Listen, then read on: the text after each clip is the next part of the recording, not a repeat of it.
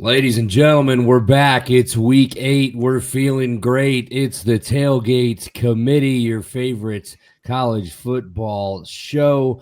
I am Andy Hopper here, as always, with Tom Scavetta and Noah Dibler. Thank you to all of our subscribers on YouTube. Come join the committee, youtube.com/the Tailgate Committee. We're also on socials, on Twitter at the Tailgate.com, and on Facebook and Instagram at the Tailgate Committee. Follow along there for updates about the show, clips, all of that good stuff. Please join us. We beg you. No, I'm not going to get too desperate, but let's go into our week 7 recap here. A good week of football last week. Some games that came down to the wire and some games that really gave us an idea of who the top teams in the country are. We're going to start off with our Friday night game, USF versus UNT, the first sellout in the stadium's history at North Texas. They were fired up in Denton, and it looked like they were in a prime position to take this game early. A few early turnovers from Byron Brown and USF. I believe it was a tie game at halftime, 21-21. And from there, not so much. USF dominated the second half of that game. I believe they scored like 4 touchdowns in 3.5 minutes at one point in the third quarter. They hung, 63 points, fellas, on them. Let me see, I got it pulled up. Yeah, 63-36, your final score, 28 points for the Bulls in the third quarter alone. Noah, I'll start with you on this one, a big one in the American Conference. UNT was a good story, but I think we're really, really seeing how good this USF team is. Yeah, we are seeing how good this USF team is, and I also think we're really starting to see how good that Miami team is, because this is the same USF team that had those 2 ranked wins to start the season. Then they went, I believe, on the road to Miami as well, and got killed. But I mean, we see in a game like this, they're going on the road, 5-0 North Texas. I picked North Texas to win this game. I'm not predicting any North Texas games the rest of the year, because whoever I pick in the game gets blown out.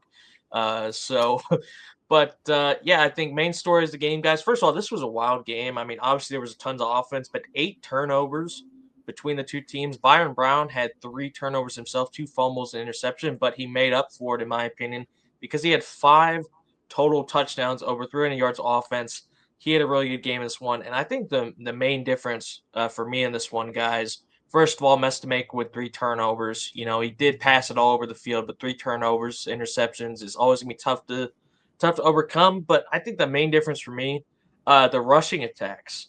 North Texas couldn't even average 4 yards per carry, whereas when you look at South Florida, 306 yards on the ground, 4 touchdowns. It wasn't Byron Brown. It was Chase Garnett. It was Alvin Isaac. Sam Franklin had over 6 yards per carry as well, and a touchdown. I mean, it's just a very methodical, well-balanced rushing attack in this one, guys. I mean, actually over 1,000 yards of offense between the two teams. But man, 5 turnovers. I mean, that is just really hard to overcome. And like I said, I think South Florida, they were clinical when they got their chances. They were running the ball down their throats. Byron Brown completed over 75% of his passes, so he was efficient as well. And yeah, I mean, amazing win for them. They're looking in great position in the American as well, by the way. If you look at the standings, that top of the American, guys, really competitive. You have undefeated Navy, who's 4-0 already in the conference. Memphis is undefeated as well. And then South Florida and Tulane, both 5-1. Very interesting race there in the American, but great win for South Florida here. North Texas, usually the mean green, but in this one, unfortunately, looked more like the lean green in this blowout. Yeah, absolutely. USF firmly putting themselves in the college football playoff conversation, keeping that hope alive. You think the winner of the American Conference will have a say in that spot. Tom, I know at certain points we were messaging each other during this game saying, what are we watching right now? What was your reaction from that one? Big one for Alex Galesh and the Bulls. Yeah, you were watching an Alex Galesh coach team that was superior to North Texas. You know what kind of touched on the 5 turnovers? The Bulls defense forced 3 picks of Drew Mestemacher, who is typically a shorthanded QB who doesn't turn the ball over. Not the case in this game, though. I just want to say I did stand alone in picking USF to win. Andy, as a Bulls fan, I'm disappointed in Well, I'm in glad you you. did. I'm glad you didn't talk yourself out of it at the last second this time. Oh man, you got me there. That was some comeback. Would you have that lined up? It just rolled off your tongue. Oh man. That one just came to me. Oh man. But anyway, the third quarter is where the floodgates broke open, guys. 28 points for USF. They were outstanding. They cleaned up ball security in the second half with Byron Brown. Yeah, had 3 turnovers in the game, but second half much cleaner. And the yards in this game, I want to talk about the rushing game like Noah touched on, but specifically the yards. 308 to 107. They pretty much tripled the mean green in rushing yards. You are not going to win football games when your opposition triples you in rushing yards. That is all I take away from this game. USF cannot be stopped on the ground, and it will either be them or Memphis representing the G5 in the college football playoff. Seems like a pretty good bet between those two teams. We'll move on to the Big Ten, and my team hosting Big Noon kickoff again. The Illini not able to get it done this time. Ohio State comes into town, 34-16, the final score. I can't even really be like super upset at the loss, right? I think Ohio State's just on that much of a different level than everybody else, but it really does sting because this didn't feel like this. I mean, you see 34 points. Ohio State was set up 3 or 4 times in Illinois territory. The longest drive that the Illinois defense gave up all day was 35 yards. A lot. I mean, you can say what you want about the officiating. A lot of complaints, several plays that look like they should have been DPI that were not called. I know, the fans in attendance weren't happy. Brett certainly wasn't happy. Of course, it comes down to that same official on a lot of those calls. But, sometimes the number one team in the country is going to get the benefit of the doubt more than not. I thought Sayan was impressive. As far as Illinois goes, I mean, you just have to take care of the ball. It's tough. Luke Altmaier throws his first interception. There's a couple fumbles. Our punter, the snap was so bad he had to go down to one knee to field it, and you can't do that because he had possession of the ball and his knee down. So that's basically 4 turnovers on Illinois' side of the field, and you're just not going to beat Ohio State if you give them that field position. And then Ohio State's defense is really impressive. Holding Illinois when they were in the red zone. I'll pat ourselves on the back here, boys. We scored the most points to this point this season on the Ohio State defense, 16 points. But I did like Illinois' offense. In the second half a little bit better. We won the second half, 14-13. No big deal there. No, damn it, I'm looking at the box score wrong. Lost it, 14-13. Either way, we lost the game, but. When Illinois went tempo and let Luke Altmaier run the show and be a true point guard, they were able to move the ball, and it was working. So you had a healthy Aiden Lowry back. That was good. Khalil Valentine got hurt in the game. Caden Fagan got hurt in the game. So you just chalk this one up. It's a tough loss, but your schedule is set up where there's an opportunity to win out and put yourself in a position for an at-large bid in the college football playoffs. So, bye week this week to get right, and you go out to Washington, which that's not going to be an easy game. They've, they only have 1 loss to this point of the year, but I'm not really upset about this loss, but kind of just disheartened because, we were moving the ball and all, it's real tough when you turn just like Noah, the point he made about the turnovers in last game. It's the same thing goes for Illinois here. You're just not going to be able to turn the ball over 3 times and win the game. So, Tom, what do you think about Ohio State? Do you think they've firmly proven to this point that they're the best team in the country? I think so. I mean, and to add to those 3 turnovers, it turned into 21 points for Ohio State. So that made a difference in the football game. And yeah, the Illini were lacking personnel in the backfield, but when you run for only 47 yards, that's under 2 yards per carry. Exactly. What happens when you can't run the ball, Andy? You get into 2nd and long, 3rd and long. It opens the playbook for the Buckeyes defensively, and you're more prone to turnovers at that point. In prior games this year, Illinois did much better job of moving the sticks outside of the Indiana game, where they struggled there too. But yeah, Altmaier, not a mistake type of quarterback. He had some mistakes in this game. He had those 2 turnovers. I'm not too worried about Illinois. This is where I thought they would be. They're still in contention for the CFP, but similar to my team, Notre Dame, Illinois has 0 margin for error at this juncture. They will need some help. They will need other teams to lose. Again, they are not ranked right now. But which is ridiculous, by the way. They're pretty much the 26th team, though. They've received the most votes out of all teams that are not in the rankings. So, again, I guess that's some sort of consolation. But, yeah, you'll be back in the rankings next week, I'm sure. Win out, do it convincingly, and you have a chance. Absolutely. So you're saying there's a chance. But, yeah, quickly on that, our losses are the number 1 and number 3 team in the nation, and we're unranked. It doesn't matter. USC, who we beat 2 weeks ago, is ranked ahead of us. Make the fucking shit make sense, guys. Does it make sense for us to drop all the way out after we lost by 53 and Indiana was ranked 17th? That makes a lot of fucking sense. Now going back and looking at it, we just lost the number 1 team at home, and it wasn't like a blowout, I don't know. That's just fucking frustrating.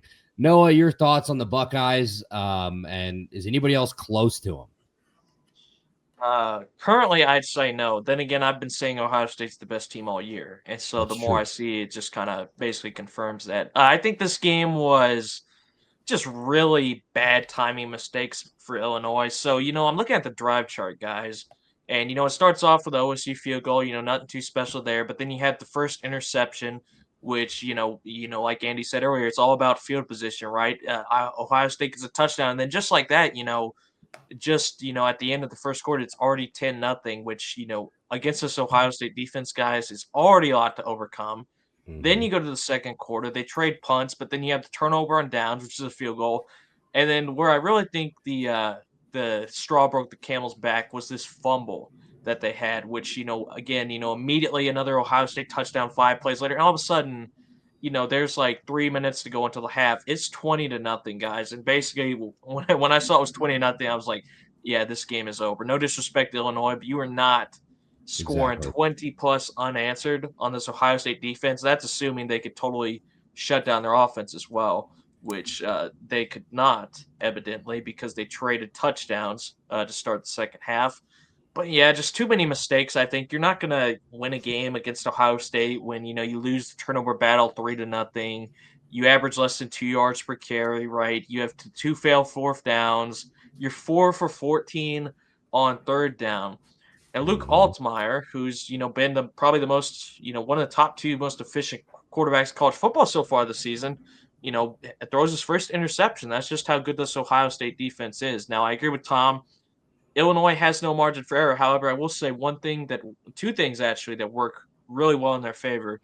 Number 1, they have no ranked opponents, at least right now, the rest of the schedule. It's a pretty favorable schedule for them here on out. And number 2, their 2 losses are about as quality as you can get, guys. Now, I know one was 63-10, but, number 1 team in the nation, now the number 3 team in the nation, who just went on the road to Outson and beat, Oregon pretty convincingly. We're going to talk about that one later, but talk about the 2 most quality losses that you can have, guys. And when you're looking at a, at-large bid for a potential 10-2 team, that is something I think could work in their favor. But I'm not surprised they lost this game. I've been saying all year, I think Ohio State's the best team. I think this game could have been much closer, in my opinion. They just made way too many mistakes. And credit to Ohio State, they took full advantage of basically every single one. Exactly. And that's what good teams do. They play complementary football. Defense turns them over, and the offense makes you pay for it. And it really was the difference in the game. Those turnovers really were the difference if you go back and look at it. But we'll move on. Let's go to the Crimson Tide going into Columbia, getting a victory against the Tigers of Missouri, 27-24. Noah, you've been talking about the Tigers all year, but I don't know if you were sure about them in this one. They had a chance at the end. Bo Pribula throws a back-breaking interception. I don't know if you guys saw that play. He had a receiver on the outside that he just didn't see at all, who, if he would have found him, would have had a lot of room to run. But Alabama escapes. They're 3-0 in the SEC, 5-1 on the year. What did you think about this one? Good game. About what I expected. I did pick Alabama to win this one last week, but I thought it would be close, and that's the type of game we got, guys. This was a pretty back and forth, even game. Actually, talk about even game. Total yards between the teams, 326 for Alabama, 325 for Missouri. So, I mean, that's about as even as it gets. 2 turnovers for Missouri. You just mentioned the Pribio one that ended up costly in the end. But a couple keynotes for me. Number one, after the bad first game of the season, guys, I think Ty Simpson has looked really good and improved as the season's gone along, and he was clinical again in this one. Now, not a yardage machine in this one by any means, only 200 yards, but 23 of 31, 3 touchdowns, and most importantly, no interceptions. And this was also a game, guys, where they could not really run the ball that amazing. Jam Miller was the only one who kind of made impact, but overall as a team, they only averaged 9 yards per carry. So they needed a pretty solid Ty Simpson game in this one. In my opinion, if he had like a 6 or 7 out of 10 game for his standards, I'm not entirely sure they win this game, but he had a really good game. So that was a big difference. Pribula, I think, was okay. He did have 3 total touchdowns. He did a decent job on the ground, but those 2 turnovers, man, those 2 picks ended up being absolutely costly for them. And I just think this is kind of like a lesser version of what I said last week with the Vandy game, where when it comes down to tight games like this, it's the talent edge that just barely wins out. Well, I think Missouri is a very good team. Alabama just has that next level, if you know what I mean. And also, it doesn't help. 1 for 11 on third down for Missouri. I mean, again, in tight games like that, third down, line of scrimmage, that's where these games are won and lost. And that's another reason that they lost this game. I do still think Missouri is a very good team. I mean, I still think they could definitely win 10 games or something like that. Maybe, be a contender for one of those at-large CFP spots if they have a really good season. But Alabama has been getting stronger, I think, as the season goes along. Obviously, they're never going to have it easy with the SEC schedule, what have you. But they've looked really good lately. And I was not surprised they won this game. It was close. I did expect that. But, in the end, unfortunate turnover for Pribia, and the Crimson Tide win again. Bama is back on top this week. Tom, what'd you think about this one? Pribula is a guy you've been talking up this year. Really needed him to step up and didn't necessarily do so for the Tigers. No, and I think it's a learning curve, right? You go from being a backup in the Big Ten to a starter in the SEC. It's no easy task. Eli Drinkwitz has done a good job with him and this, offense and this team in general. But I think there comes a point in time where you got to realize that Alabama is a massive contender for the SEC this year. You almost have to throw that loss against FSU out the window because it was week 1, right? If you lose week 1 and look great the rest of the season, like it almost feels like it was a different season. I thought Bray Hubbard has been a takeaway juggernaut this season, another pick for him. And Ty Simpson is a guy we have to start talking about as, a potential Heisman dark horse here. If they continue to win football games, I mean, he has a huge resume game against Georgia. They get Tennessee this week, which we'll talk about later, but a win against Mizzou, that's impressive, regardless of, the outcome at the end of the game. I think Mizzou is still in the mix for the CFP, but as of right now, I think Bama Georgia is the likely SEC championship game we get at this point, if that's even a possibility. So, I mean, we'll see what happens, but Yeah, Alabama looks really good. The Tide have some players, and they are going to play, and they're going to continue to win games. 100%. And that's what they say, right? If you're going to lose early, especially in this format. And, Alabama, that's their one loss is to Florida State, and Florida State's now 0-3 in the ACC. So very opposite ends of the spectrum there for those two teams. After that matchup, let's move on to a big one in the Big Ten, and one that I definitely did not see coming. The Indiana Hoosiers 30, Oregon 20 in Eugene. Curt Cignetti has got his big signature win on the road with the Hoosiers. I will officially shut up talking about Indiana. They said, or I said last week, that they really have to prove it to me. They can't really do much more to prove that they are a legit good football team, and they very well could be on their way to a 12-0 finish. And looking at facing Ohio State in the Big Ten championship game. But Tom, I'll start with you on this one. You said it in the group chat. It was a great weekend for the state of Indiana. Notre Dame won, and the Hoosiers get this big win on the road. What was your takeaway from Cignetti's team? My takeaway is that Cignetti's team has really bought in to him as a coach. They have done a good job rebuilding, revamping this roster. They brought in several key veterans this offseason. Fernando Mendoza at quarterback, Pat Coogan at center, who played against Indiana in the CFP last year. Mendoza's stats were a little bit more on the pedestrian side, some may say, in this game, but he played a good game. And how about the defense? A defense that has sort of been overlooked and overshadowed by the running game. They had six sacks on Dante Moore. I guess that motorcycle was running for Dante Moore as well. Yeah. But Aiden Fisher, real solid linebacker. Elijah Hardy as well. Isaiah Jones, Louis Moore with a pick. 2 Dante Moore interceptions in this game. Again, a guy who was regarded as one of the top QBs in the nation. They were able to get to him and cause turnovers. Why? Because they stopped the run. The Ducks only had 81 rushing yards. And they were only 3 of 14 on third down. They were in a lot of third and mediums, third and longs. I think the story of this game is not your typical, prototypical Indiana team. Their defense is elite, and that's in large part due to Curt Cignetti. That is something they did not have last year. If you remember, they were a one and done in the CFP. Why? They couldn't stop the run. In fact, they couldn't stop a nosebleed in that game against Notre Dame. Now, this team is poised for a deeper run this year at this rate. I mean, I don't want to make too many predictions here, but it kind of sounds like Ohio State, Indiana sounds real good for a Big Ten championship game, though. Absolutely. Noah, what do you think this says for the Ducks? Like, where do they go from here? Are they in a situation where they're going to have to win out to get into the playoff? I don't know about that because I'm looking at the rest of their schedule. I do think it gets easier. This was their toughest game of the season by far, in my opinion. But if you look at the rest of their schedule, I think they really have 2 major tests left. They go on the road to Iowa, which with their defense, at Kinnick, that should definitely be a more difficult matchup for them.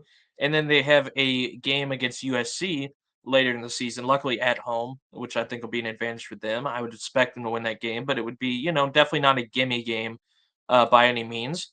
But, I think as long as, the rest of the way, I think they could lose one more game and probably still be okay. But if they went out and go 11-1, they're easily going to make it in the playoffs. As for this game, you know what? I'm going to start off by shouting out something that people usually don't shout at first. I'm going to shout out the special teams in this game, guys. Good job. First of all, poor Atticus Sappington. First of all, what a name. But Atticus Sappington, Oregon kicker in this game, misses a big field goal. And then on the other side, Indiana 3 for 3 on field goals. They actually had 2 kickers kicking in this game, guys. So Nico Radicic, sorry if I butchered his name, 2 for 2 in this game. And then good old Brandon Frank hitting a 58-yard field goal, man. How impressive is that? And what else is impressive? This Indiana defense, guys. We've been talking of Dante Moore a lot this season, rightfully so. Barely completed 60%, had 2 picks, 8, and the Indiana defense as a whole, guys, 8 tackles for loss and 6 sacks. Aiden Fisher, 1.5 sacks, 13 tackles. Hardy had 13 tackles as well. Kellen Wyatt, 1.5 sacks as well. I mean, just a clinical domination at the line of scrimmage is pretty much what it was. Oregon couldn't run the ball either, only 2.7 yards per carry. And then offensively for Indiana, 2 guys I would want to shout out. First of all, Elijah Sarrett at wide receiver. This dude's an animal. 8 receptions, 121 and a touchdown. He had a great game. And Roman Himby. Now, he didn't have a lot of yards, 70 yards and 19 carries, but he was able to get 2 touchdowns. And I think a lot of time he plays as well, kind of like I mentioned with the Illinois game earlier. The Oregon turnovers were at the most critical points, guys. The 2 interceptions were both in the fourth quarters. And, again, in a close game like that, this was tied early in the fourth quarter. They just could not get it done from then on. Indiana totally locked in and got it done down the stretch. And I think we talked about this a few weeks ago, right, when they blew out Illinois, how much of a fluke that game was. I do think it was a fluke from the stance that Illinois played their absolute worst game possible. But the more I see of this Indiana team, guys, I do not think it was a fluke on their end. This team is legit. Yeah, 100% with you there. They are as advertised. Curt Cignetti really, really making his name, like 2 years, and he has Indiana as a national championship contender. Is just really, really impressive what they have been able to do. So you tip your cap to them for that. Maybe not everything the University of Indiana is in the news for recently, but for football, yes. Let's go to our last game of the recap, and I wanted to mention this one because it was a double overtime thriller and a win for BYU, 33-27 over the Arizona Wildcats in double OT. Bear Bachmeier, 7-yard touchdown in the second overtime, wins it for BYU, keeps them undefeated on the year going into their big matchup with Utah this week, which we will get into later. But Tom, I'll start with you on this one. Bear Bachmeier, number 47 as a quarterback. I hate that. Does not look right. He looks like a linebacker out there, but he has been really impressive. And the Cougars, I guess I should have started with Noah if we're talking Cougars, but we'll start with you, Tommy. Cougars get it done here. Arizona, I mean, it's pretty impressive for them too to hang with a team like this all the way to double OT. I guess. I mean, but they couldn't stop the run. It was a problem all game, right? 258 rushing yards and 3 scores. LJ Martin was outstanding, averaging 6 yards per carry. Bachmeier on the ground as well, 89 rushing and 2 scores. I'm pretty sure his brother is on the team as well. But the guy I really want to shout out is a guy who really came on the scene last year. He went viral for his infamous 150-yard, not actually, but punt return touchdown and then hurled after it. Parker Kingston. He was a baller in this game. He had a 26-yard punt return, and he had 5 catches for 117 yards and a score. This guy will be playing on Sundays one day as a return specialist. I'm telling you, he is a quality football player. And now with BYU, they're trying to become a threat to Texas Tech in the Big 12, and that's going to be very hard to do. I think their first test is this Saturday against Utah. We'll talk about that later. But if they are able to get by them, the next challenge is, are they going to be able to get to the Big 12 title game and beat a Texas Tech? That is the concern. And Arizona, you didn't play bad, but you didn't play well enough. And there's a lot of talent on this roster. Fafita's still there. They showed a lot of grit, a lot of determination, but they were just outmatched in this game. They're not anywhere close to a CFP contender this season. Yeah, thank you. Next. You said, I guess. Just call me a fucking idiot next time, Tom. Just tell me no. 258 yards on the fucking ground gave up. You think it was a close game? No. Noah, we'll talk about this game. Do you think, like Tom said, do you think BYU has a chance to hang with the Texas Techs of the Big 12, or are they on that level? Well, it's tough to say because I think Texas Tech has looked really impressive. I definitely say they're the top two in the Big 12 by far. But BYU has some tough tests. You know, you mentioned the Utah game. They have Texas Tech play later in the season. If you want to determine who's better, I mean, what better way than a matchup right now? It is on the road for them, so that could be a tough one as well. They also play ranked Cincinnati next last week of the season. I think they're looking good for their college football playoff chances. And by the way, I just want to say this: you never should underestimate a Cougar in heat, man. They're like wild animals. 258 yards on the rushing ground, man. I mean, they just ran it down their throats. That's not usually what you expect Cougars to do. Usually it's the opposite. But yeah, they were just workmanlike in this game, man.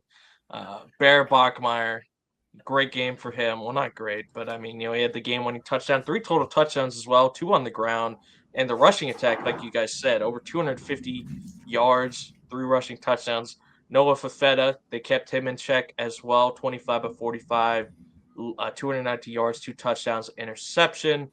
Of course, Parker Kingston, got to give a shout to him. He had 117 and a touchdown. Wild game, double overtime type of game. But for Arizona, 4 of 17 on third down, 2 failed fourth downs as well.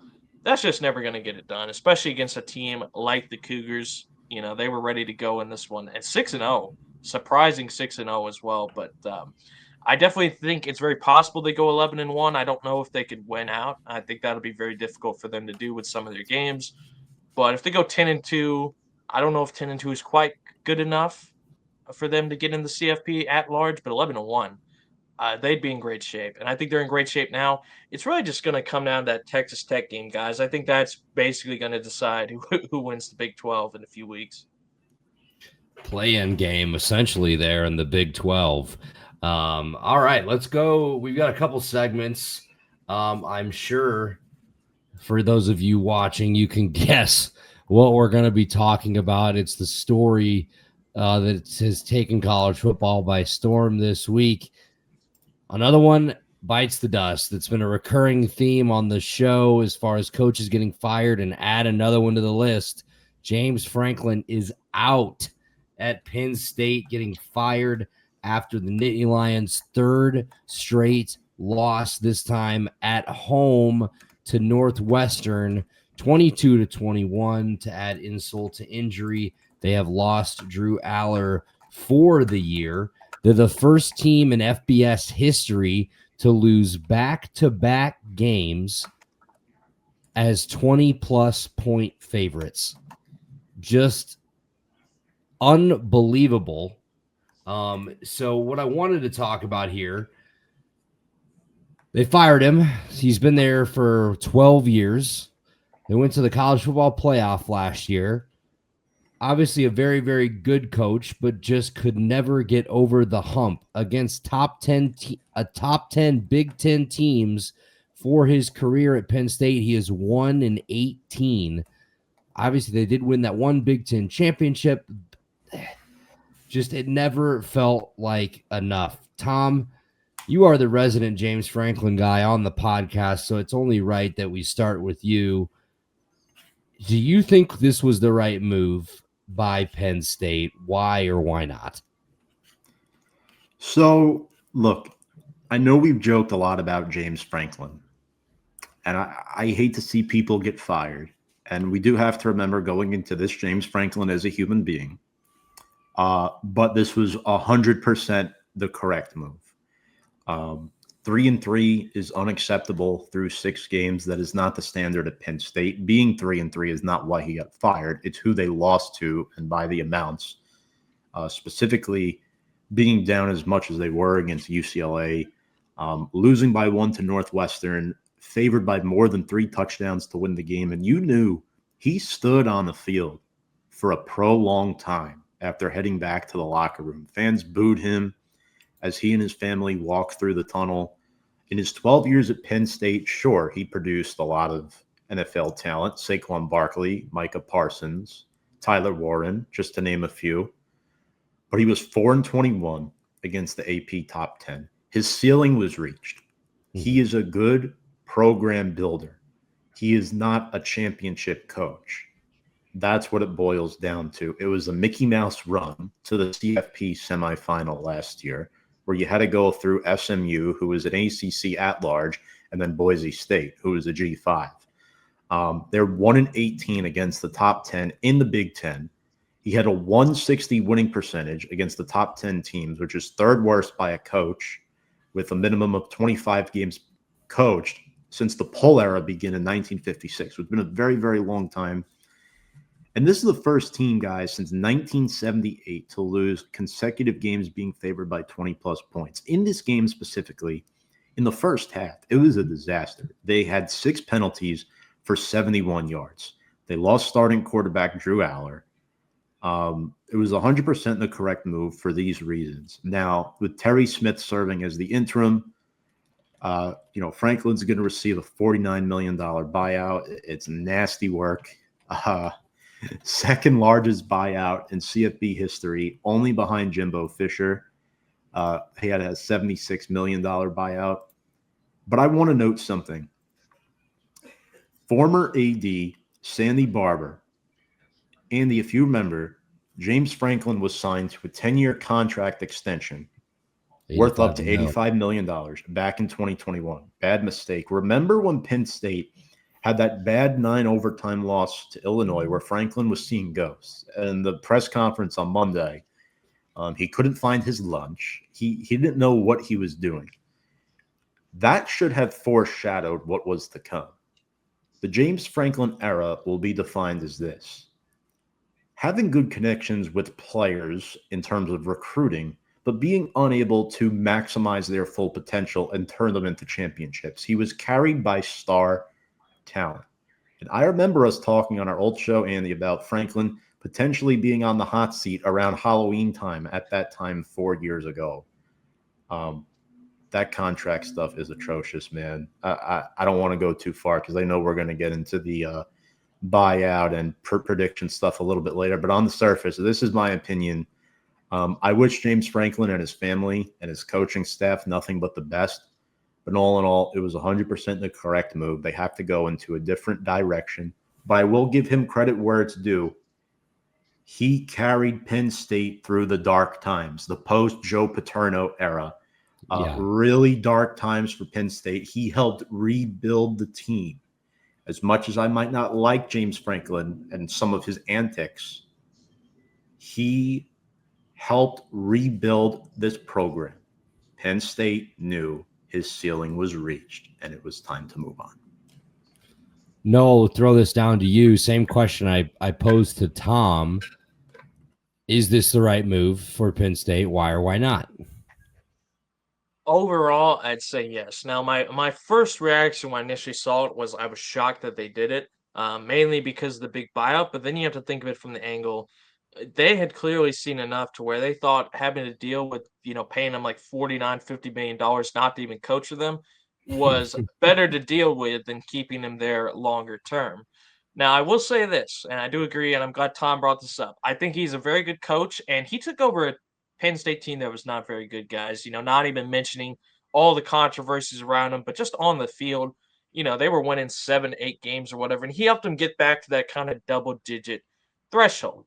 However, and I'm not saying using this comparison to disparage either of these guys. They're both very good human beings. They're both very good coaches, but he reminds me a lot of Mark Richt in a way, in where, he would always win 9, 10, 11 games every season. But when it came to the rivalry games, in James Franklin's case, when it comes to the Ohio States, the Oregons, even the Michigans, with Richt, it was, Alabama and Florida. They just couldn't get it done. They couldn't get over the hump. And, I think with a team like Penn State who, it gets all, tons of big recruits, gets the recruiting classes, gets a team that was so talented they were ranked number 2 in the preseason poll. Now, I thought they were overrated, but I didn't expect them to be, this bad. I mean, the back-to-back losses they've had. Now, I will say this. credit to Northwestern as well. You know, they're 4-2 this season. They had their own controversy a few years ago with Pat Fitzgerald. I think they've had a pretty solid season. But you cannot lose back-to-back games as 20-plus point favorites with the expectations, especially with the expectations that Penn State had. In my opinion, I believe it was the right move. I think James Franklin's a very nice guy. He means well. I think he does know football. I don't think he's an idiot or anything like that. I just think when it comes to the big matchups, right, he just comes up short every single time. 4-21, as you guys said, against the AP top 10. Now, I will say this. I think for Penn State, there's an interesting opportunity here because they've done something that a lot of people probably didn't expect them to do. That you kind of got the feeling James Franco would just be there forever, and this would be a perpetual, problem for them. But they have an opportunity here, guys, in the offseason to take that next step, to hire, a big name coach that could maybe take them to that next level. And we're going to discuss, I'm sure later who that might be. But yeah, I was a little bit surprised, but I do think it was the right move. And at the end of the day, you cannot lose those games back to back the way that they did and expect to be able to be secure in your job, no matter how much money you're making. Right. I think it was the last three seasons. He's on like a 34-8 run, but you go back and look at those 8 losses, and it's just they could just never get over the hump. They could never get the big one. Tom said, last year everybody's like, well, they're a game away from the college football playoff finals. It's like when they finally played a team that was good, what did he do? He lost. He pissed down his leg again, and he lost. So I think, this is just a big culmination of things, and then the losing 3 in a row doesn't help. The new AD for Penn State is very, very committed to, winning a championship and being one of the top, football programs, the perennial football programs, not in the Big Ten, but the nation. They have a $700 million stadium renovation coming up. They're switching over to Adidas. They're getting a shitload of money from Adidas. So I think there's a lot of pressure from the fan base, the boosters. I mean, you saw the reactions he was getting walking off the field. Not great. So we'll talk about the buyout quickly, and then we'll go into who we think they should go into next or go after next. So $49 million. So consists of the $8 million Franklin is owed each season through 2031, plus the remaining amount on his contract for this season. But there's an interesting wrinkle in the contract, basically that states like he has to do his due diligence in finding a new job that is equivalent to Penn State, or equivalent as far as some sort of role within a football team, a program, or as a broadcaster, so coach, scout, media. And if that happens, his buyout could go down. So basically, like, they would take the difference of whatever his new contract is and potentially remove that from the $49 million. So Penn State is hoping that he goes and gets a job like immediately. So they potentially don't have to pay him as much. So contract notably calls for Franklin to make good faith efforts to obtain the maximum reasonable salary at his new job. Note is tied to normal offsetting pay clause that Franklin's contract has, which lessens the amount Franklin is owed should he land the other job. Once terminated, coach is obligated to diligently search for and make good faith effort to attain another position appropriate to his skill set, i.e. coaching, scouting, and broadcasting only, and to provide the university upon request with evidence that he is seeking such employment. The contract Franklin signed in November 2021 states. This is from an article from the New York Post that's quoting an article from Front Office Sports. So doesn't seem like Penn State's like super hurting for the money, but especially if they have a big renovation coming up. But Patrick Kraft, he's the one that made the call. He's the AD. He said this is the athletic department footing this bill, by the way. This is not the university. The athletic department will be taking care of it. So it's an interesting dynamic, right? I don't know if I've heard that before, but I I wonder if he's like, James, put me down for a reference on any job. I will. Is he just going to be talking him up? Yeah, no, get this guy hired, get him the fuck off my books. But could be a really, really interesting situation there. We'll see how long it takes Franklin to get back into the game. If he does get back into coaching, I'm going to assume he's going to want to. And Tom, you said it earlier, he's a program builder. Surely there's going to be somebody that's going to want this guy's services. Is it going to be a top Big Ten Power 5 program? Not necessarily, but you never know, especially with all the openings now. There's going to be movement in college football, and maybe somebody calls James Franklin. So we've talked about the buyout. Let's talk about what will be next for Penn State. There are a bunch of different names floating around. I think the top two that everybody has been talking about are Curt Cignetti and Matt Rhule. Matt Rhule's got his ties to Penn State. He was a Penn State linebacker from 94 to 97. He coached at Temple in the area. He's got a good reputation in college for rebuilding Temple, rebuilding Baylor, and now what he's done with Nebraska at 5-1. The other name that everybody's floating out there is Curt Cignetti at Indiana. Turned them into a perennial power in 2 seasons. Noah, I want to start with you. For Penn State, does one of these two names make more sense? Does a guy like Matt Campbell, like a Manny Diaz at Duke, Sumrall at Tulane, like, is there somebody I'm missing here? Or if you're Penn State, who do you go after?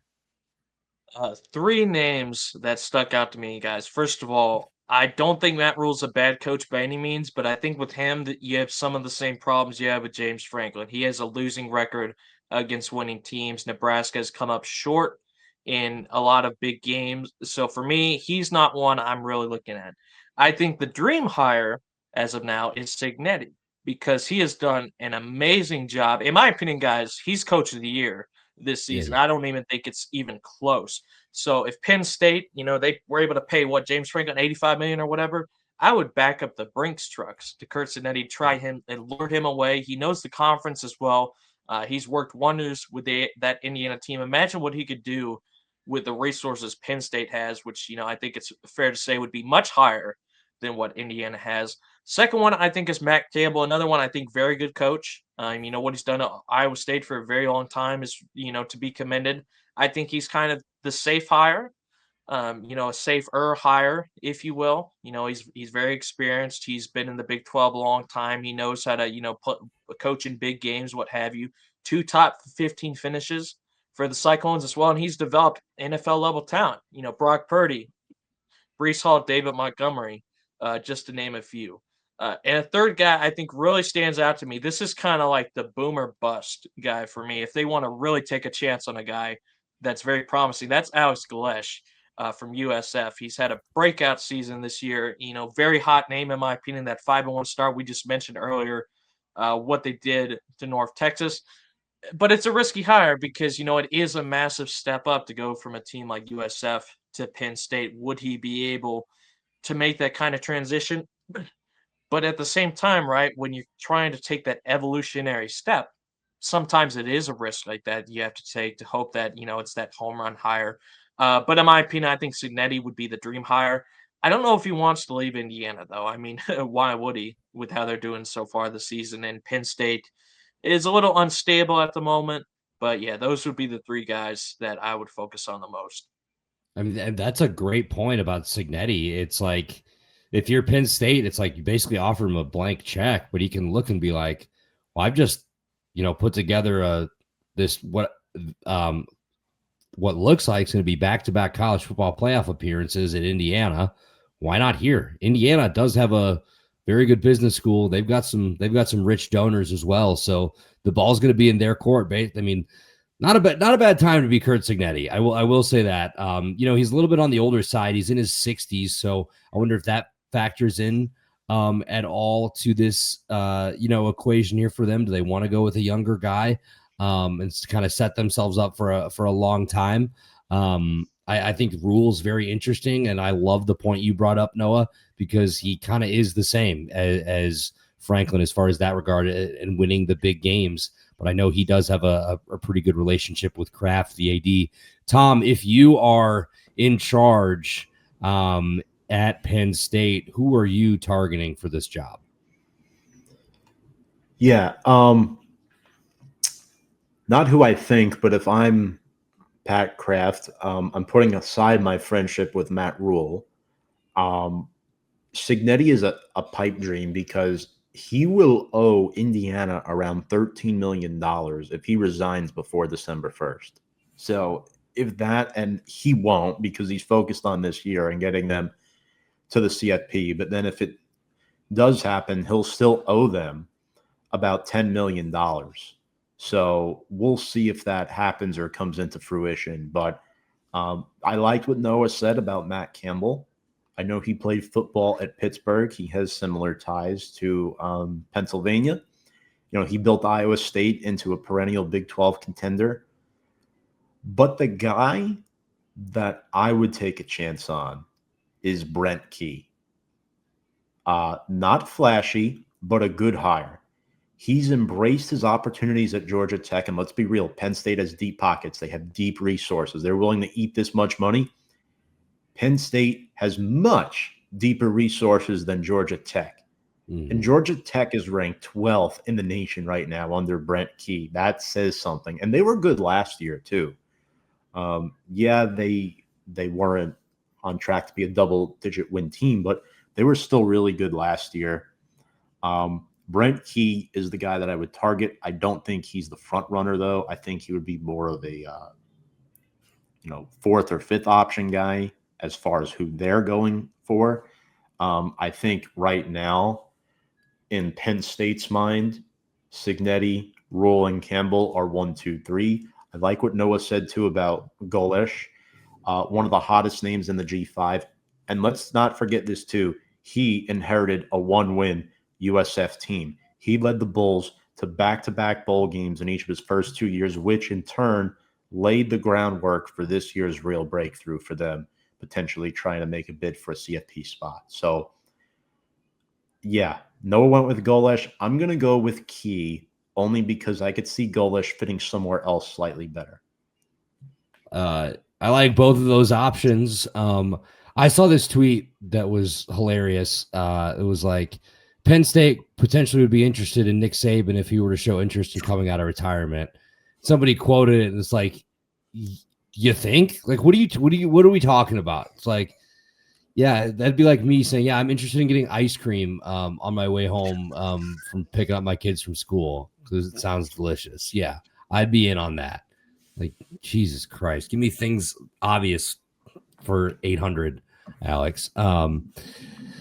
God damn. So yeah, a lot of interesting ways they could go here. Sounds like Cignetti is the one everyone's talking about, but some names to watch. I will say Golesh in a press conference said he's never chased the job except for USF. So we'll be interested to see how that goes. And if they were to hire Cignetti, would this be like a back channel thing and wait till after the year?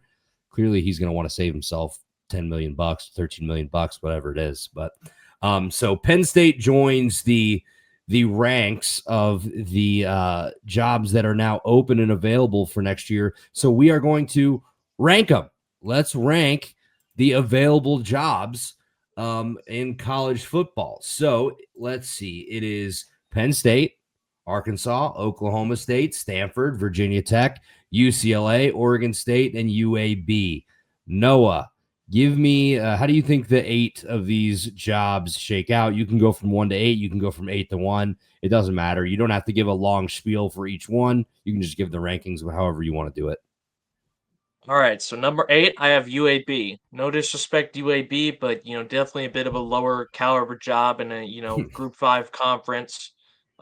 Number 7, I've gone with Oregon State. Oregon State has been horrible this season.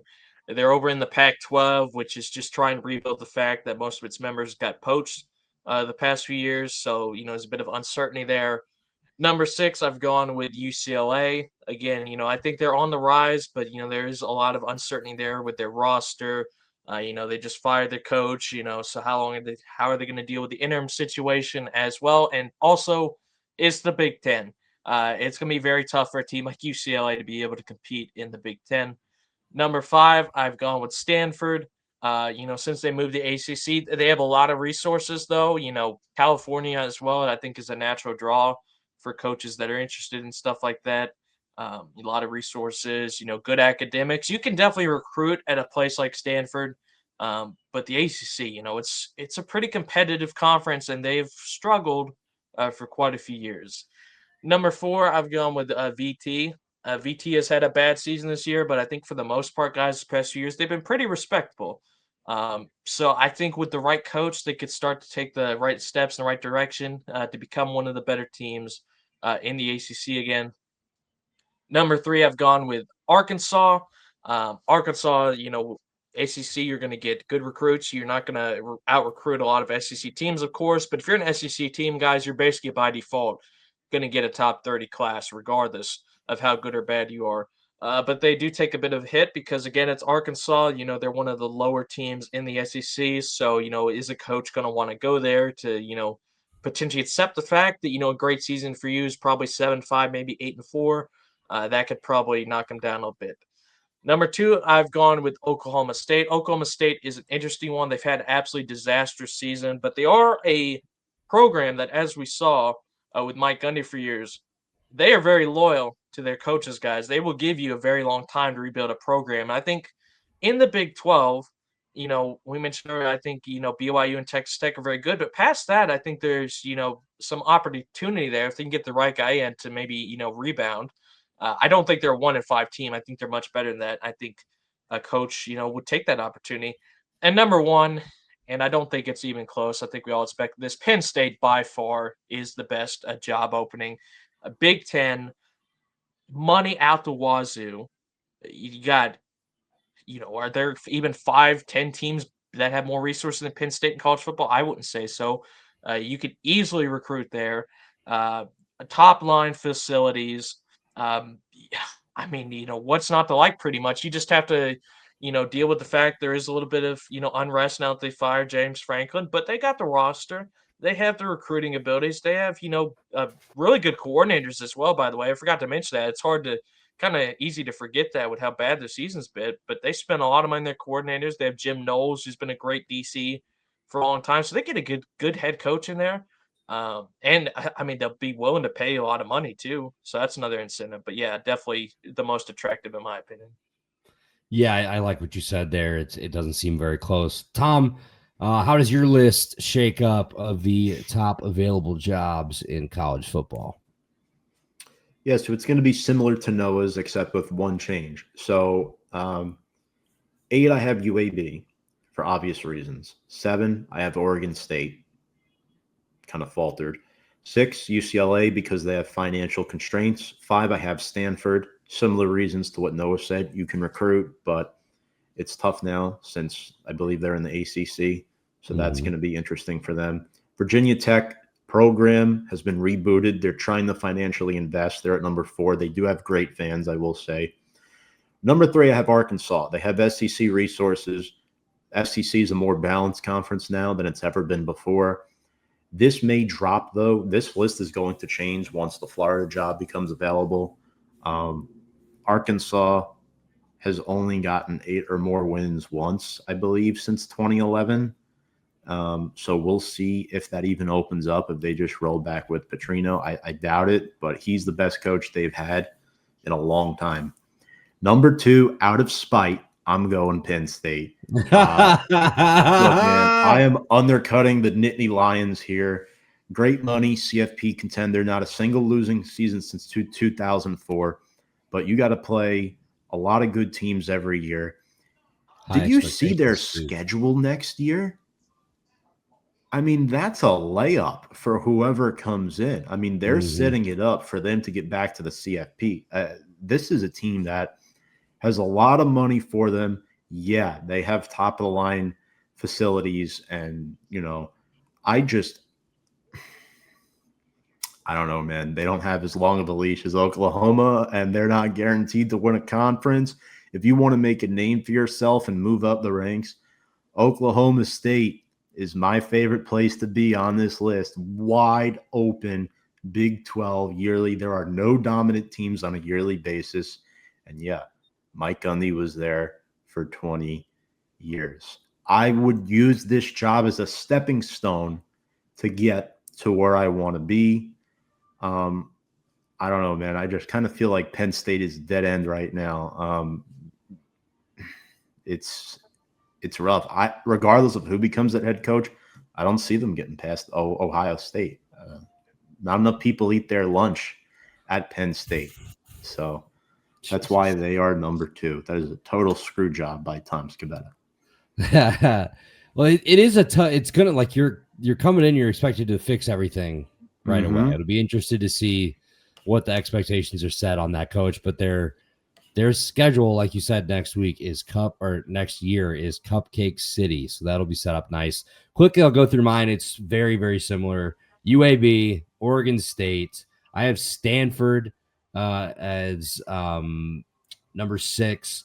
I actually have Virginia Tech as number 5. I have UCLA as number 4 because the LA market, if you can recruit Southern California, the Big Ten is tough to win in, but I feel like that job does not get as much credit as it could be. They used to be a pretty solid team.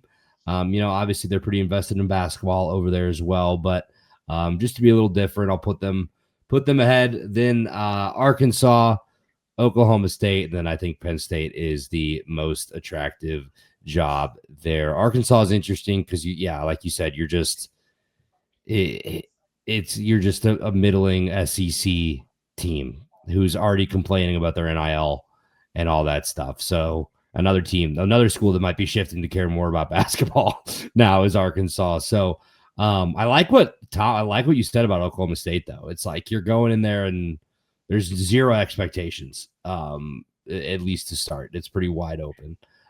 So that is our rank 'em. Those are the 8 available open FBS jobs. Tom said it. We'll just wait for Florida to be open. I saw a report that said Billy Napier will be fired on Sunday, win or lose. I don't know how true that is. That was on Twitter, so you always take that with a grain of salt. But speaking of this week, let's go into the 6-pack, our Week 8 preview, the 6 games we think you should keep your eye on this week. We're going to start off in the SEC with number 10.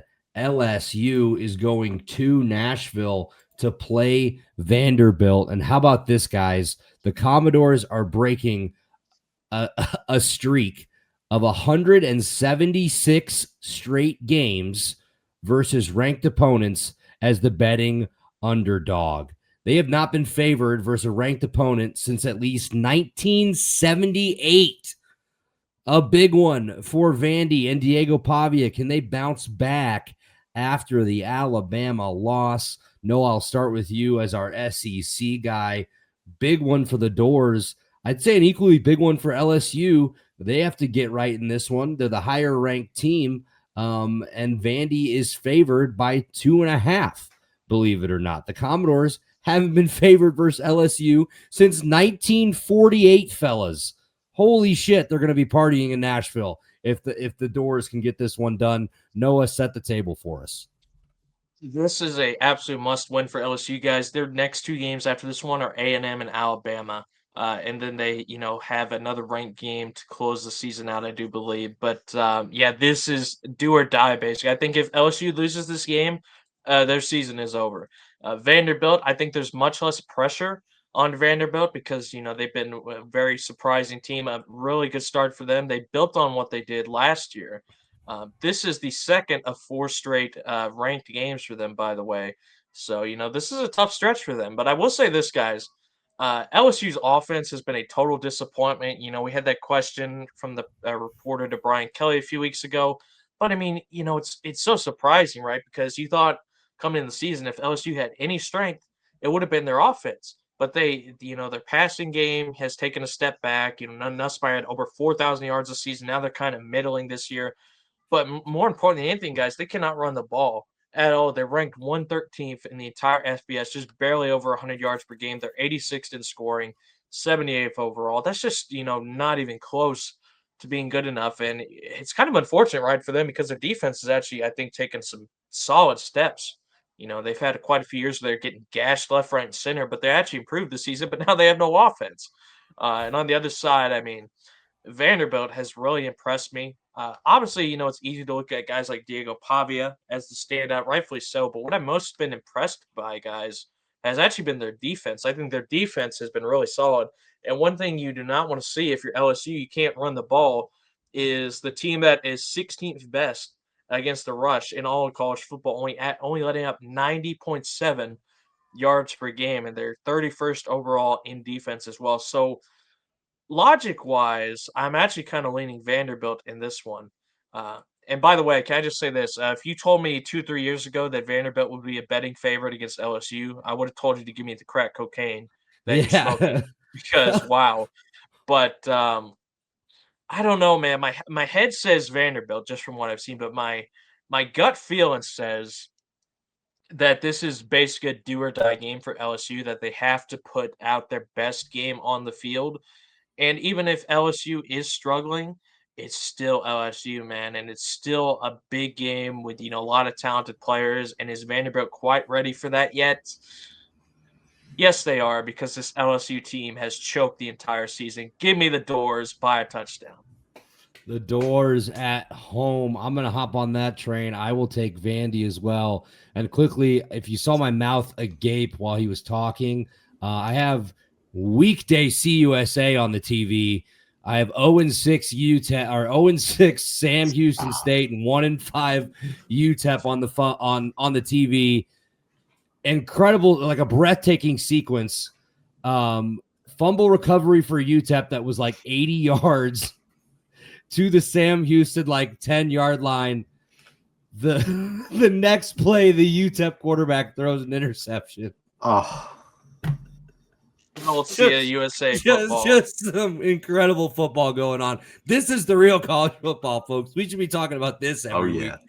But never mind that. I just had to bring that up because I could not believe what I was just watching, trying not to laugh while Noah was giving us his analysis.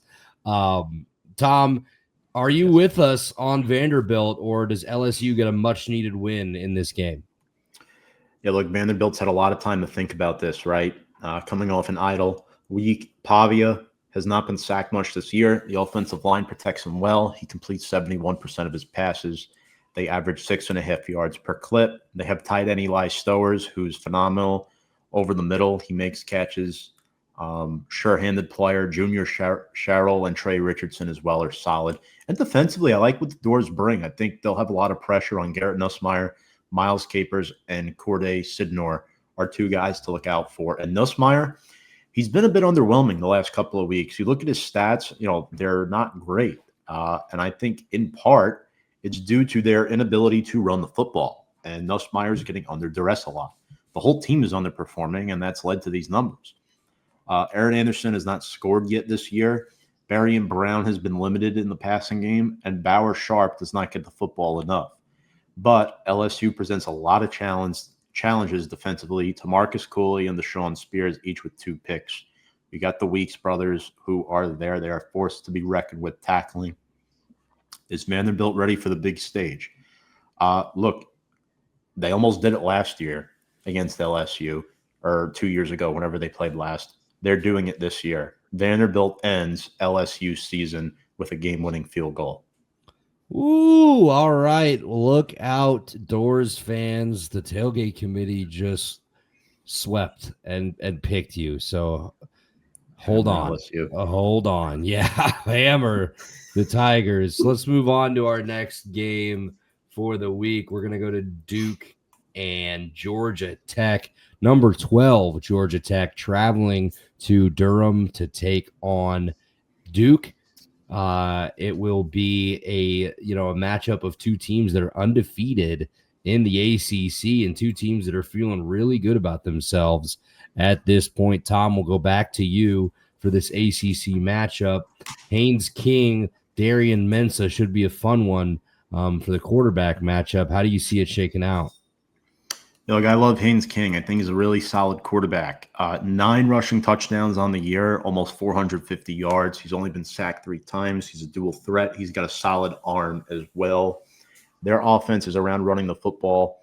They still have Jamal Haynes, but Malachi Hosley has been an awesome feature back for them this season. That 1-2 punch will be a problem for Duke, and we'll see if they can, halt that defensively. They also have good receivers, Isaiah Canyon, Eric Rivers, Malik Rutherford, just to name those top 3. And then Kyle Efford on defense is a guy that is going to cause problems for Darian Mensah. Will he spy? Will he blitz? Will he drop back? It'll be left to be seen. But Duke is another team as well that they have the talent. They have the NIL money to compete in this football game, in this ACC matchup. They are home, and they are favored by 1.5, at least when I last checked. Mensah, 15 touchdowns to only 2 picks on the season. The one concern is the Duke offensive line when it comes to pass protection. They have to stay out of 2nd and 3rd and long. It relies on the feet and hands of Nathan Shepard and Anderson Castle, their 2 top backs. Shepard with 4 scores, Castle with 6. They're both really good runners, north and south. Castle, more of the pass catcher between the two. Cooper Barkate is a receiver that is going to be used heavily in this game. He is their X. Quishon Brown is their Z. And then Shamir Higgins is a guy who is good in those intermediate routes. He has 4 touchdowns on the year. And then I think for containing Haynes King, that's going to be key in this game, right? How does Duke do it? Vincent Anthony and that Blue Devils defense needs to get to the quarterback. Anthony Jr. with 6.5 sacks on the year.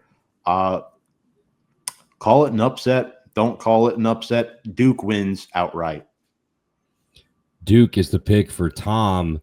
No, I won't ever expect you to pick Georgia Tech. We know how you feel about Georgia Tech, but what do you think? I think this game has some interesting matchup, guys. I think, it's a weird one because Georgia Tech, is a team that, is centered around running the football, both with Haynes King and their, solid running back room. They're not running the option like used to a few years ago, but they're still a team that heavily relies on the rushing attack. And while Duke's defense is terrible against the pass, they're much better against the run. So I think, in a weird way, I think this game, Georgia Tech's best bet is actually to try and see if they can pass the ball more, because I think, there's easily a big weakness there for them to exploit. Or if they can try and get the running game going, they can try and exploit the play action as well. On the other side, the Georgia Tech defense is not good at rushing the football, but they're much better against the pass. And, Duke, once again, a team that prefers to pass the ball, not so much about they're good at running the football, but their strength is definitely passing. They're 11th in the FBS in passing, and Mensah has been great this season, 15 touchdowns to 2 interceptions. My gut feeling, my head is telling me I think Georgia Tech is a more complete team. I've seen Duke has looked much better the past few weeks. They've had a couple of solid road blowout wins, but I don't know, Andy. There's still something in my head. I'm thinking about when they played Illinois. And in that home game, they had a lot of hype around him. What they do, they went out and got absolutely blown out. I don't think Georgia Tech will blow them out, but I do think Tech is a more complete team, in my opinion. I was actually surprised they were underdog, but I guess, the bettors are hammering the fact Duke has looked really good the past few weeks. I remember Tech had a game. I don't remember who they're playing, but they won a game by like 1 point, about 2 weeks ago. So I don't know. I hate to say it. I hope they lose, but I think Tech will probably win. I think it'll be close, but I'm going to take Tech by a field goal. We've got one for the Dukies and one for the Jackets. I would like to join the Georgia Tech train on this one. I mean, you've seen the recipe to beating this Duke team, and it's being able to turn them over and making them, one-dimensional. They don't run the ball very well, like you said. They do, like to throw it, force them into, 3rd and long, 2nd and long situations. And get your defense off the field. If you are Georgia Tech, Manny Diaz's defense is going to want to bring pressure to Haynes King and make life uncomfortable for him. That's when he's going to have to make plays with his legs and get out of the pocket, which he has proven to be really good at. I like Georgia Tech. I know Oh, God, that was such a bad drop. Walk-in touchdown. I can't take my eyes off the Sam Houston UTEP game, boys. It's the problem. It's a problem. But all right, 2 for Georgia Tech, 1 for Duke. We'll go on to our next game of our 6-pack.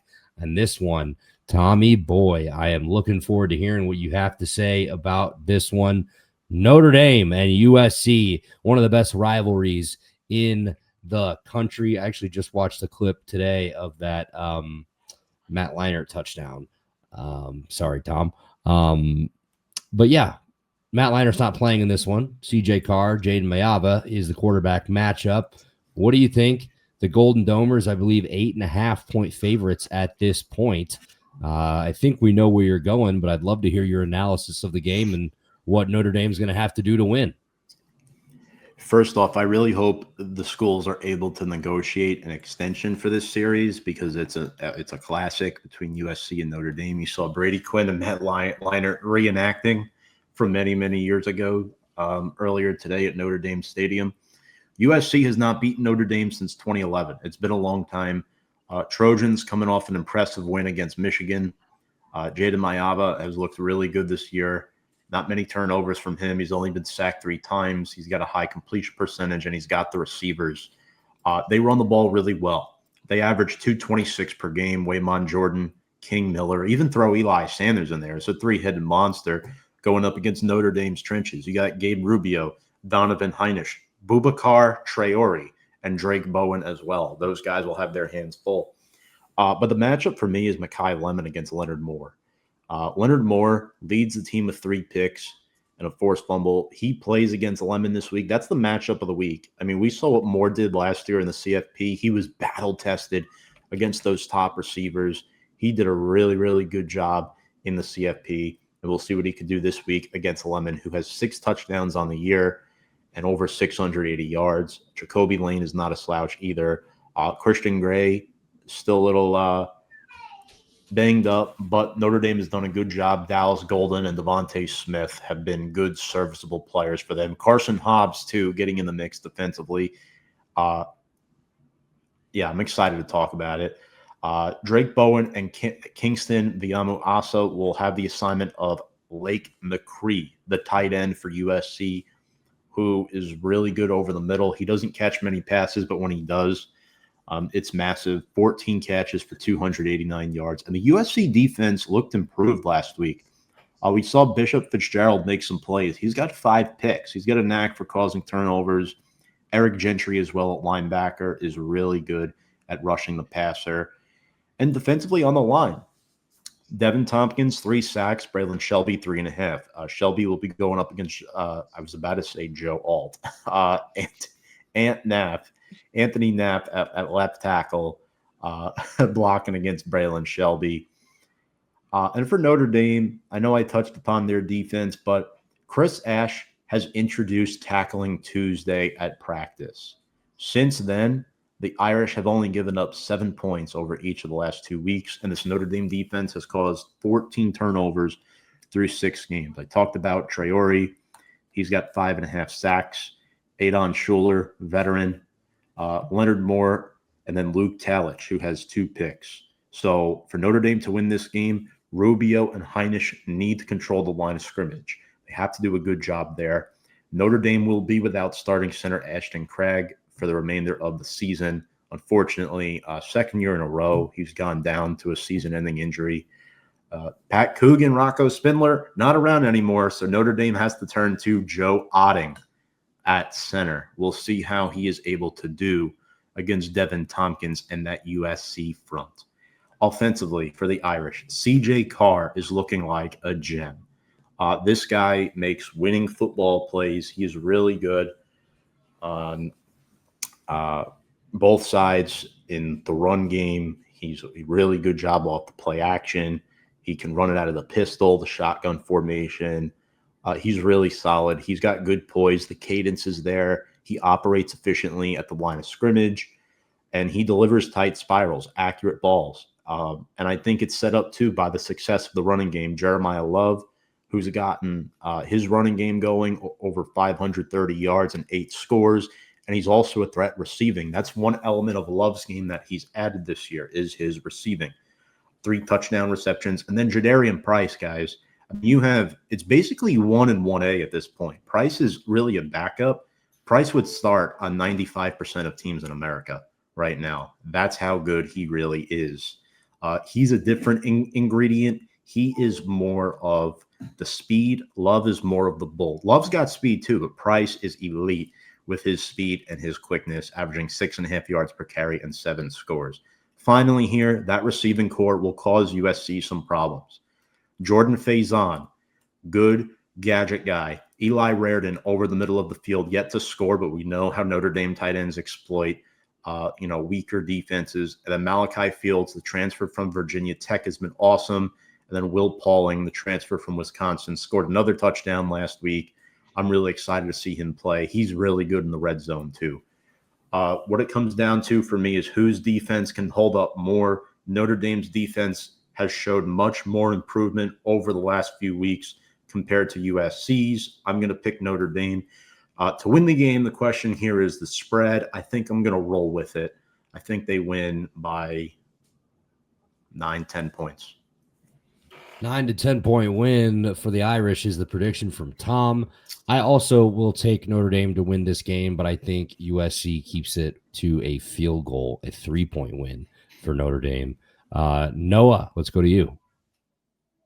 Interesting matchup here. I think the main thing I'm going to be keeping an eye on is these passing defenses against these two quarterbacks, because both these quarterbacks, CJ Carr and Jada Maava, have been great this season, both efficient, 26 touchdowns, only 5 interceptions between them. And we look at the defensive ranks, guys. I mean, these pass defenses have really struggled. Notre Dame is 105th in the nation, and USC is 102nd. So, both not very good. And by the way, I got to give a shout out to Chris Ash. No DC could have ever figured out that we need to tackle. That's why he makes the big bucks over there in South Bend. But yeah, I don't know, man. This is an interesting one. I think a couple of reasons I'm leaning for Notre Dame. Number one, I think they have less glaring holes on their team. I think USC, first of all, Lincoln Riley defense. I mean, it basically doesn't exist. Let's be honest. That's been the whole MO of his career. They've been a bit better lately, but I mean, still, they just cannot defend the pass. And Notre Dame is a team as well that just is very good running the football with that 1-2 punch that Tom mentioned. USC is very good running the football as well, but I think they're much more of an explosive team, whereas Notre Dame is a very methodical team. So I think if the Notre Dame defense can try and keep the USC offense more contained, it won't be easy. I think their biggest challenge by far is going to be Mekhi Lemon, who has been very explosive this season. However, I will say I think Notre Dame has more options, than USC does. I think, USC, it's basically Mekhi Lemon and then everybody else, whereas Notre Dame can spread it around with some of those guys that Tom mentioned. I also have a bit more faith in the Notre Dame offensive line than I do the opposite.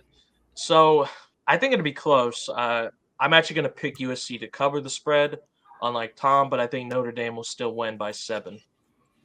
3 picks, another sweep on the show. We're going to go backwards in time for whatever reason. I skipped over our 2 games if we were going in chronological order of the times. Indiana. Well, yeah, I just love Indiana a lot. Yeah. Ole Miss, number 5, and number 9, Georgia, 2:30 p.m. on ABC. We let Tom cook for Notre Dame. It's time to let the old boy cook for the Dogs. What does Georgia have to do to get this one done against Lane Kiffin's team? Interesting matchup. Ole Miss is actually a team that's given Georgia, a solid bit of trouble the past few years. I mean, I'm pretty sure they lost to them last year as well. So not a gimme game by any means, but I will say one thing that has me much more confident in this game than I was, the last time we played Ole Miss is the fact it's at Sanford. At Sanford, unless they're playing Alabama pretty much, I mean, it's basically a fortress. They had the they had that giant home winning streak as well. I think Gunners looked really good this season. I think they've done a good job running the ball. Their defense has been pretty good. They're much better against the run than the pass. They're just kind of average against the pass, but they're still pretty good overall. But I think there are weaknesses in this Ole Miss defense, guys, that Georgia can exploit. They are not good against the run at all. They're much better against the pass. So I think for Georgia, the key to this game is going to be the ground and pound. I'm not talking about little cash, put him in and he gets maybe 1 yard Jones. I'm talking about, guys like Nate Frazier, Chauncey Bowens. I mean, these guys have been electric since they've come into this Georgia team.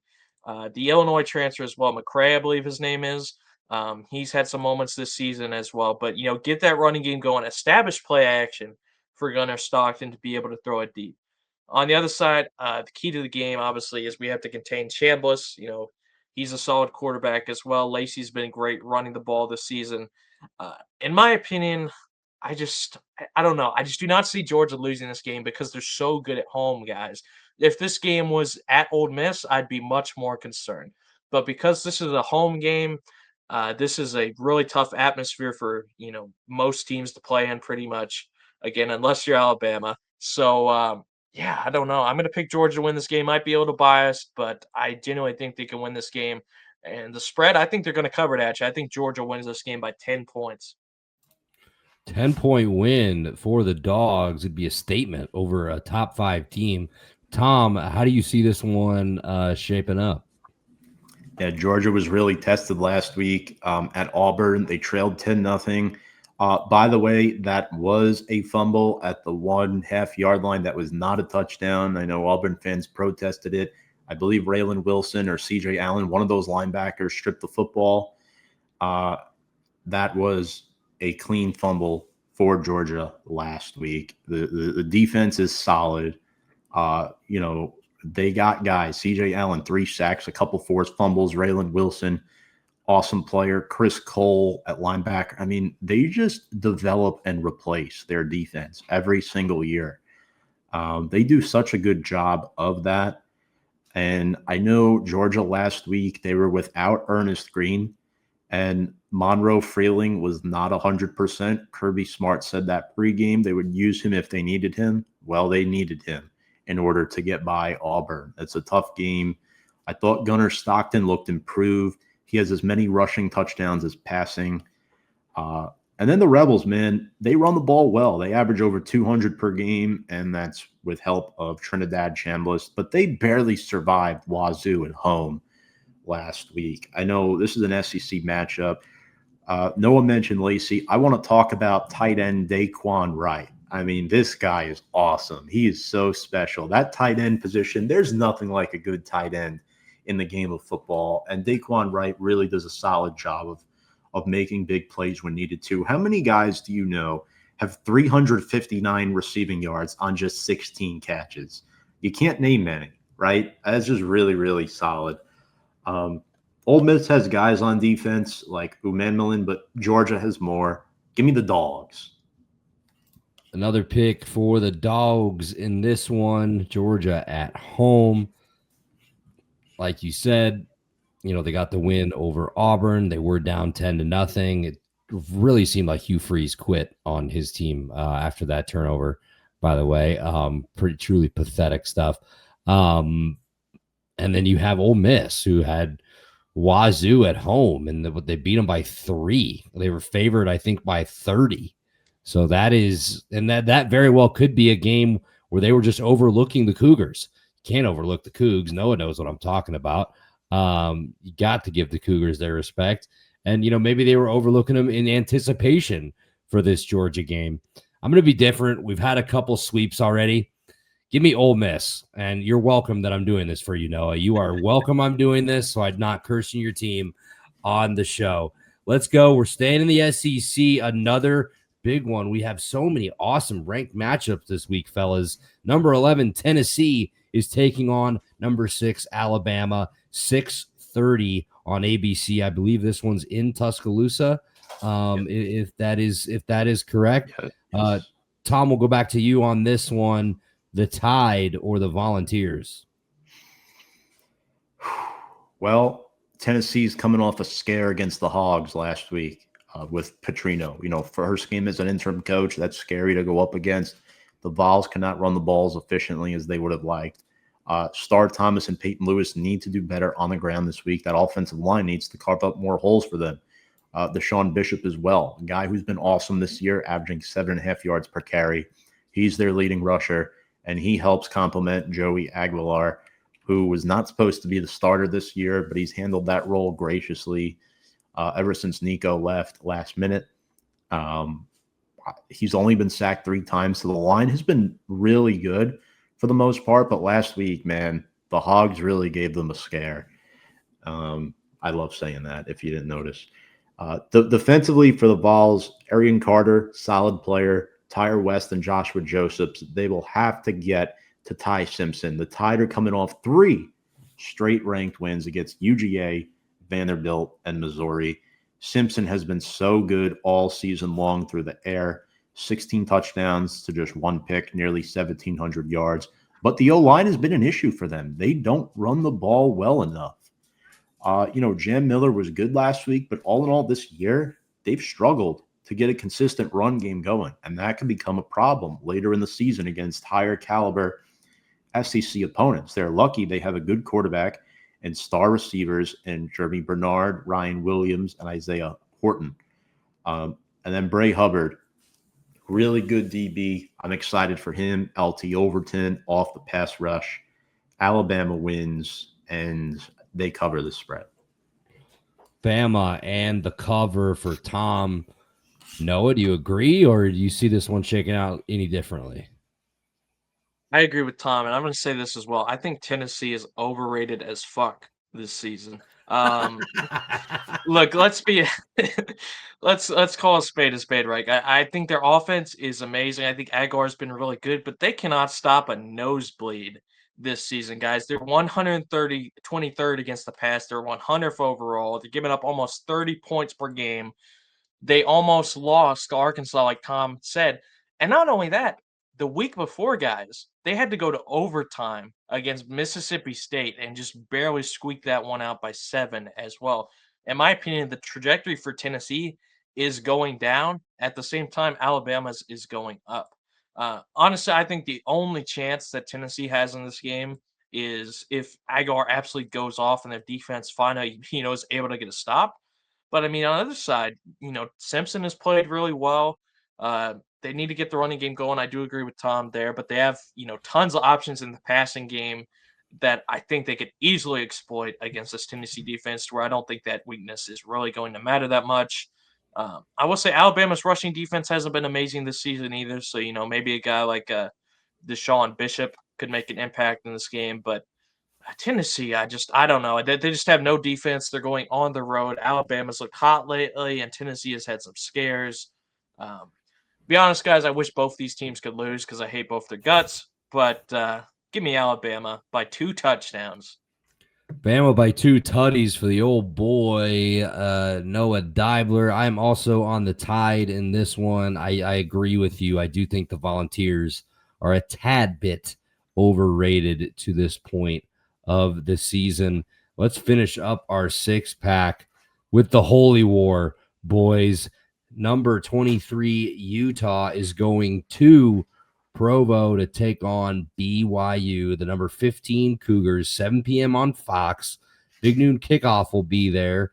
A big game down in Utah. These teams do not like each other. Throw the records out when they get together, but let's not do it this time because you got 2 very good teams. Utah, I believe, is a 3.5-point favorite as of this recording, either 3.5, 3, maybe 2.5, which I'm a little surprised by, to be honest with you, fellas.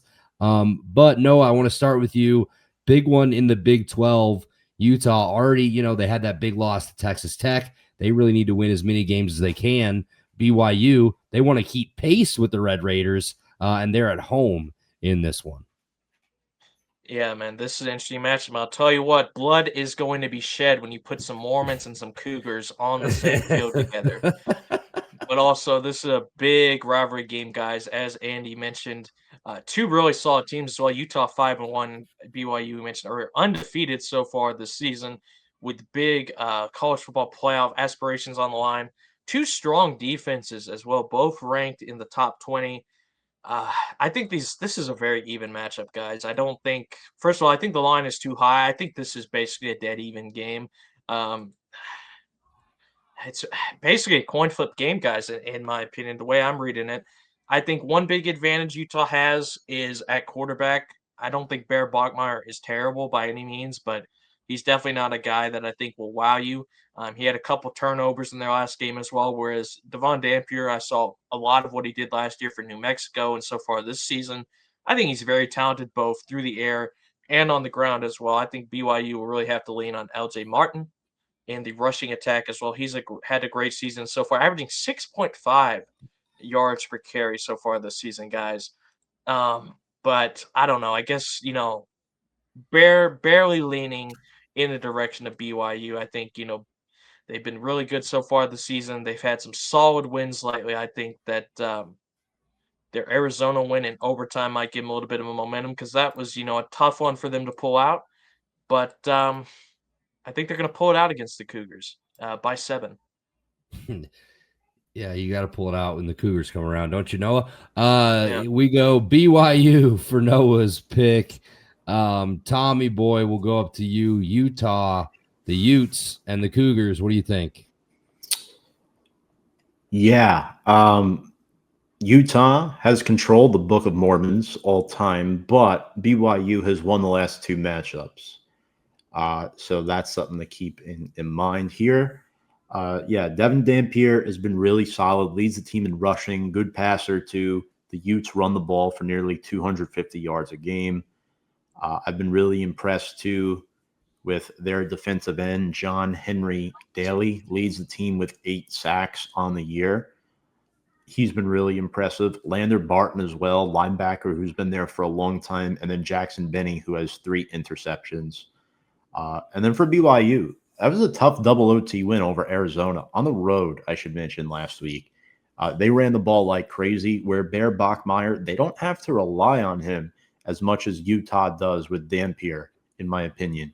So they have guys like LJ Martin, Chase Roberts, Parker Kingston, who is my player to watch, and then tight end Carson Ryan. All those guys are capable of making winning plays, and they're experienced guys. Jack Kelly, linebacker, 4 sacks on the season. I like him. Isaiah Glasker with 2 picks and 2 sacks. So my point is they are able to cause turnovers. The Cougars defense has forced 11 turnovers in 6 games. That home crowd is going to be rocking. Give me BYU. Oh, this is going to be a show of sweeps, boys, because I am also on the Cougars here. Those Mormons are going to be off fucking 5 Diet Cokes each, going absolutely nuts in the stands. I don't know if it'll be a whiteout or a blue out or whatever. They already had a BYU fan got arrested this week for threatening any Utah fans that show up to the stadium. Just an all-time boneheaded move. The guy threatened to shoot people on Twitter if they were Utah fans. Somebody reported him. He deleted Twitter off his phone, and the cops asked about it. He said, I haven't posted anything on Twitter for over a year. Well, then they found text messages on his phone about deleting a Twitter account and deactivating it, and they found the Twitter app on his iPad. So real geniuses down there in Utah, but let's not let that take away from the fact that I will be taking the Cougars in this game. I'm giving them the slight home field advantage. I think Noah's correct. This is a lot more of a coin flip than the bookmakers may think.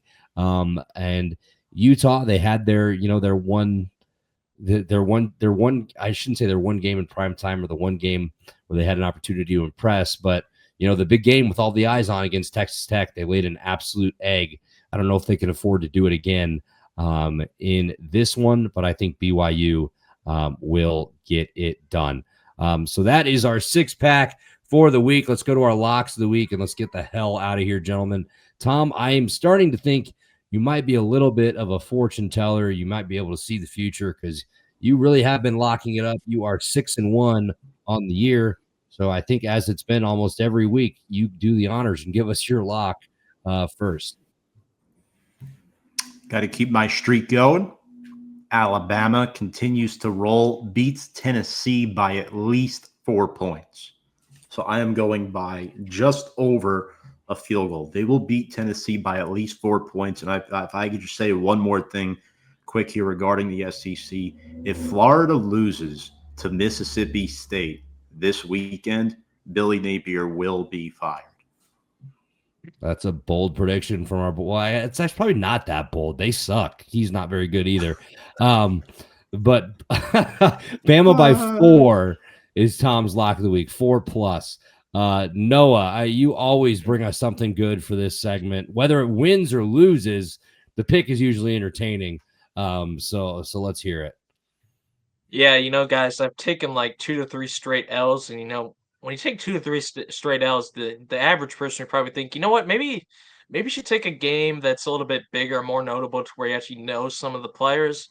But I'm not an average person, guys. I got my eyes locked in on this 1-5 Nevada going on the road to face the 3-3 New Mexico Lobos buzzsaw in Albuquerque, New Mexico. Man, I'll tell you what. Chuba Purdy, the quarterback for Nevada, he's going to be in for a pretty bad time in this game against this Lobos defense. Jack Lane, Jack Lane, the New Mexico quarterback, he's going to tell this Wolfpack defense, stay in your lane, because he's going to lead them to a solid win in this one. All 3 of the Nevada fans will be crying themselves to sleep after the Lobos beat them. Yeah, just when I think I'm out, he pulls me right back in, folks. How could you not follow him on this one? Also, I think Chuba Purdy has like 1 touchdown pass, like 8 picks on the year. He is terrible. Yes. You better lock it up. I'm also 3-4 on the year, so just abysmal stuff. We're looking for a get right game. I like Miami minus 13.5 at home against Louisville. What they've done at home is just absolutely beat up on teams. I think Louisville is a very solid opponent in the ACC, but they are nowhere near the caliber that Miami is or has played to. I don't know how Louisville slows down Daniels and Tony. And Carson Beck has looked just as good as anybody. So I think them by 2 touchdowns is very reasonable here. So let's hope we're hoping to get back to Noah and I hoping to get back to 500. Tom is looking to extend that to 7-1. Really impressive. But this is the Tailgate Committee. As a reminder, check us out on our socials at the Tailgate Committee on Facebook and Instagram, at the Tailgate.com on Twitter. Please like this video, subscribe, comment, tell us what you're going to be watching. Who's your favorite team? Live every Thursday at 12 noon Eastern on our YouTube channel. For Tom Scavetta, Noah Diabler, my name is Andy Hopper. This is the Tailgate Committee. Be easy, my friends.